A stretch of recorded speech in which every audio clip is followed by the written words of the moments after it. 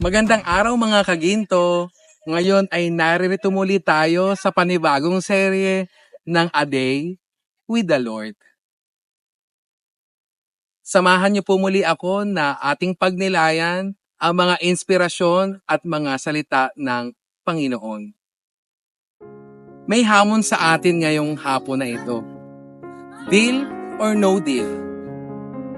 Noong nagsisimula pa lamang siyang maglingkod sa Panginoon, madalas siyang makipagnegosasyon sa Kanya. Hinihingi niya ang pabor kapalit ng serbisyong ginagawa niya.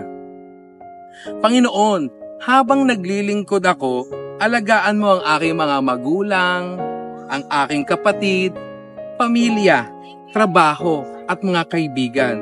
At sa lahat ng aspeto ay siya ay kanyang inaalala.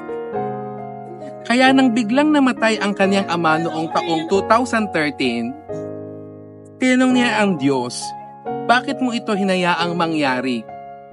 Ngunit naisip niya na may plano ito sa kanya. Nagsimula siyang tingnan ang mga biyaya at ikinumpara ang mga ito sa panahong akala niya ay siya ay kinalimutan at inabandona ng Diyos.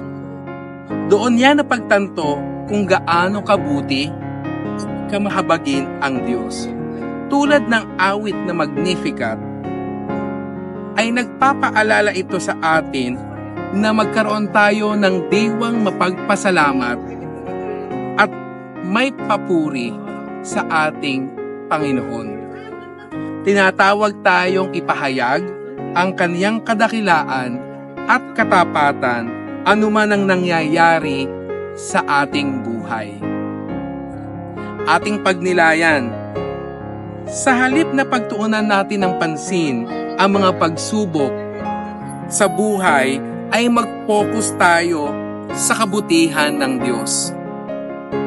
Kaya't ating isumamo na Panginoon, tulungan mo akong mahalin ka ng buong puso at kaluluwa, naway palagi kang maalala kung gaano mo ako pinagpala.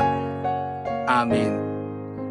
Maraming salamat mga kaginto sa inyong patuloy na pagsuporta at pagsubaybay sa ating serye na A Day with the Lord.